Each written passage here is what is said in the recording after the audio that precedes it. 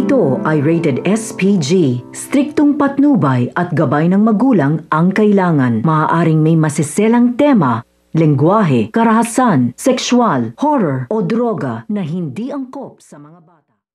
Nakita nga nito ni Doc Benitez na ito nga si Annalyn ay pumunta nga sa x-ray upang ipacheck up nga niya ang kanyang kamay. Kaya naman sinundan niya nga ito at nakita nga niya ang resulta ng kamay nga nito ni Annalyn na may fracture. Agad nga silang nagkita nito ni Moira at nalaman naman nito ni Moira kagad na meron nga problema ang kamay nga nito ni Annalyn. Kaya kinuha niya nga kagad ang resulta dito nga kay Doc Benitez at ito nga ang gagamitin nga niya ebidensya upang hindi nga mapagpatuloy nga nito ni Annalyn ang operasyon at mapapunta nga sa kanyang anak ang operasyon para nga sa senador. Samantala, isa nga kaya na maging posibilidad na mangyari na makita naman nga nito ni Giselle ang pagsasabotahe nga nito ni Moira kay Annalyn upang hindi nga niya matuloy ang pag-oopera dito nga sa senador. Kaya naman pakatutukan nga natin yan.